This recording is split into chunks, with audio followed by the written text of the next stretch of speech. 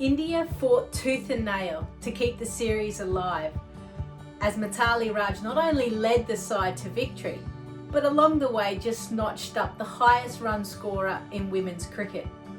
So much to sift through here on Cricbuzz for the third one-day international.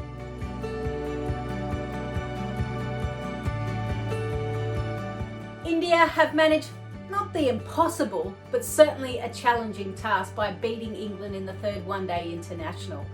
Mithali Raj won the toss finally and had no hesitation in putting England in, because she feels, and I think most of us would agree, that India are a better side chasing than they are setting.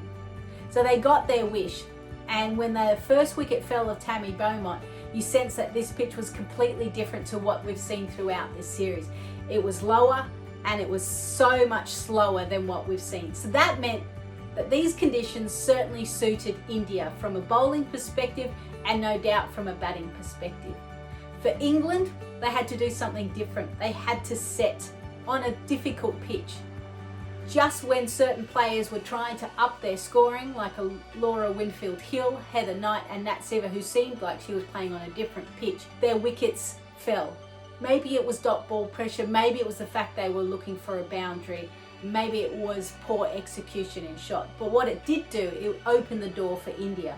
And because there was no set batter there, England only posted 219. The standout bowler was Dipti Sharma. She was excellent, 3 for 47, with the rest of the bowlers chiming in with a wicket apiece. I think Dipti Sharma created so many opportunities for her teammates as well.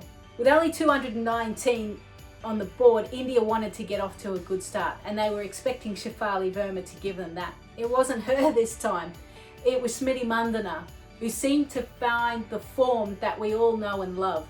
Those cover drives. I mean, Ian Bishop said we want to see this for the rest of the innings. Unfortunately for India, she got out at the wrong time, just one shy of her half century. Just probably a lapse in concentration and just going for an easy single when she could have punched the ball back down the ground. What it did do was it brought Mithali Raj and Harmanpreet Kaur in. Real question marks about Harmanpreet Kaur, and they managed to put a 50-run partnership on. But again, just as Harman tried to up her scoring rate, her wicket fell, and that opened the door for England. I have been impressed with Dipti Sharma and Sneh Rana. Every time they've batted, they've shown some grit, determination and the right intent to keep the scoreboard ticking along. They were able to stay with their leader Mithali Raj to ensure that India got across the line. But really, the star of the day was Mithali Raj. She showed us exactly why she has continued to keep breaking records, and like I mentioned at the start, she is now the leading run scorer in women's cricket across all the formats. Just shows you the class that she is. One thing that we do not see from her when India is setting is her taking risks early on in her innings. She does that when she's chasing because she knows, she calculates, she's so smart.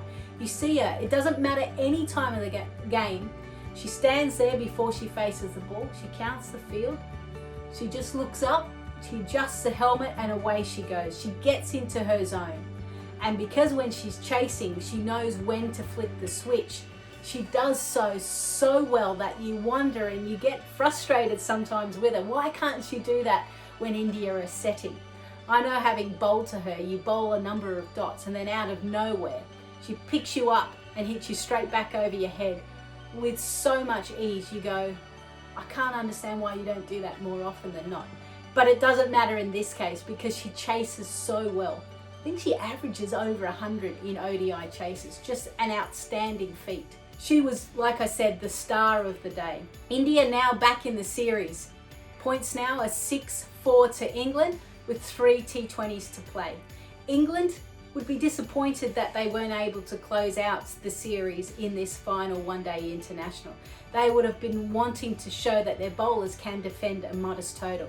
One area that they do need to improve on is their extras. They give too many away, whereas India probably not that much. But England do bowl more stump to stump, and by doing that they create more opportunities. But it's a fine line, isn't it? So if they can improve in that area, certainly that will help in those modest totals that they have to defend. As Heather Knight has said in the second ODI match, she was happy that her team was put under pressure and they got across the line. They would have been disappointed that they weren't able to do that in the final one-day international. 5-day break, and then we move into the T20s. But it does mean that we have to say goodbye to Mithali Raj and Julian Goswami, as they're not part of the T20 squad.